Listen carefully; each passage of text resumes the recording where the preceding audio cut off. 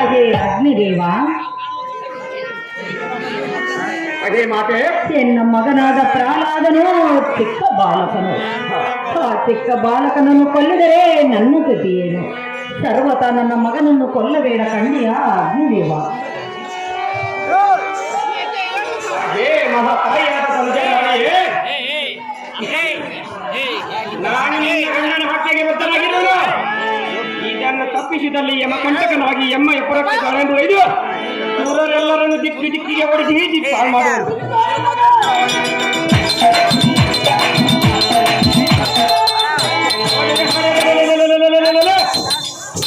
ಅವನ ಆಜ್ಞೆ ಮೀರುವಂತಿಲ್ಲ.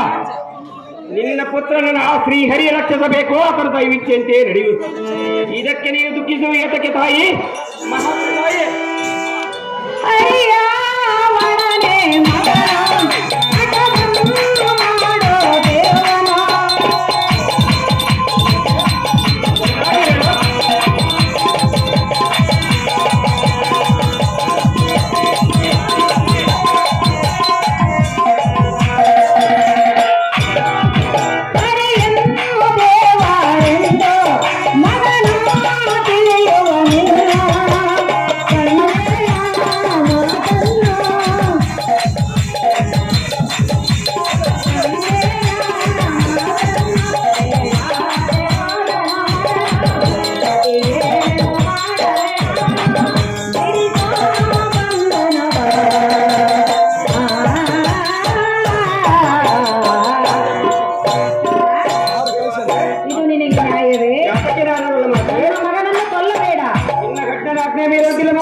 ಎನ್ನ ಕಂದನ ಮಾಡಿದ ಅಪರಾಧವೇನು? ಓ ಅಗ್ನಿದೇವನೇ ಕೇಳೋ,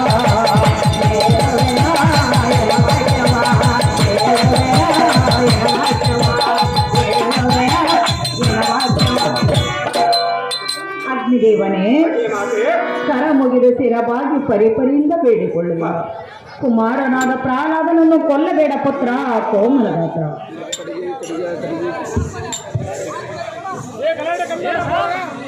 ಬಲಿಬಲಿದೆ ಸಾರಥಿ. ಪ್ರಹ್ಲಾದನನ್ನು ದಗಿಸುವುದಕ್ಕೆ ಚೂಟಿಯಿಂದ ರಥವನ್ನು ಬಿಡುವಂತನಾದ ಸಾರಥಿ ಓಡಿಸಿ ಜೈವೇರಿದೆ.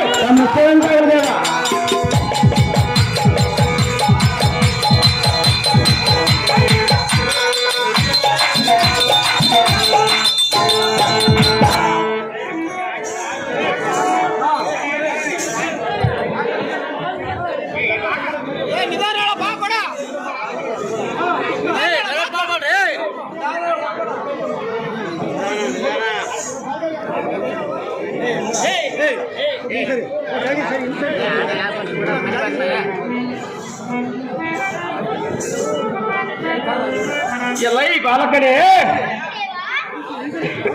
ನೀನಿನ್ನು ಚಿಕ್ಕವನು ಏನು ಹರಿಯದಂತೆ ಕಾಣುತ್ತದೆ. ತಂದೆ ತಾಯಿಗಿಂತ ಮೂರ್ಜಗದೊಳ ದೇವರೆಲ್ಲೊಂದು ಸೂತ ಪುರಾಣಿಕರು ಸಾರಿ ಸಾರಿ ಹೇಳಿರುವರು. ಆದರೆ ನಿನಗೆ ತಿಳಿಯುತ್ತಿಲ್ಲವೇ? ಎಲ್ಲ ಈ ಪ್ರಹ್ಲಾದ ಕುಮಾರನೇ, ನಿಮ್ಮ ತಂದೆಯ ಮಾತಿಗೆ ಪ್ರತಿ ಉತ್ತರ ಕೊಡದೆ ಅವನ ಹೇಳಿದ ವಾಕ್ಯವು ವೇದಾಮೃತವೊಂದು ನಡೆದುಕೊಂಡರೆ ಸರಿ, ಇಲ್ಲವಾಯಿತೆಂದರೆ ಬಲಿರೆ ಸುಟ್ಟು ನನ್ನ ಹೊಟ್ಟೆಯನ್ನು ತುಂಬಿಸಿಕೊಳ್ಳುವ ಖಂಡಿಯ ಮೂಢ ಬಾಲಕನೇ.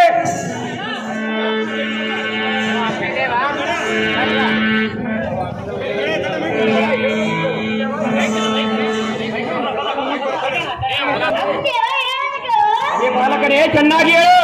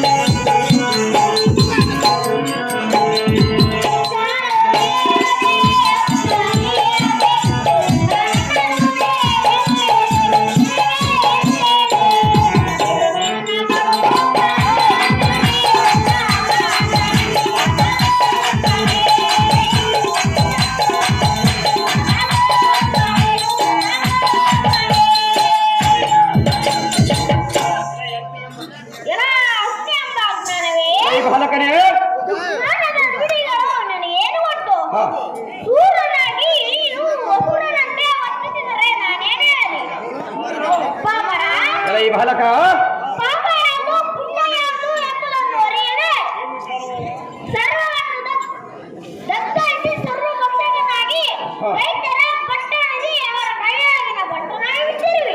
ಹಾ.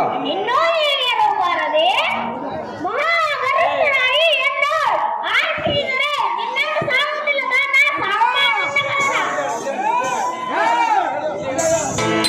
ಎಂದರೆ ಕಾರಣವು ಕುಗ್ಗಿದರಗಳನ್ನು ನಡೆಯುವುದು.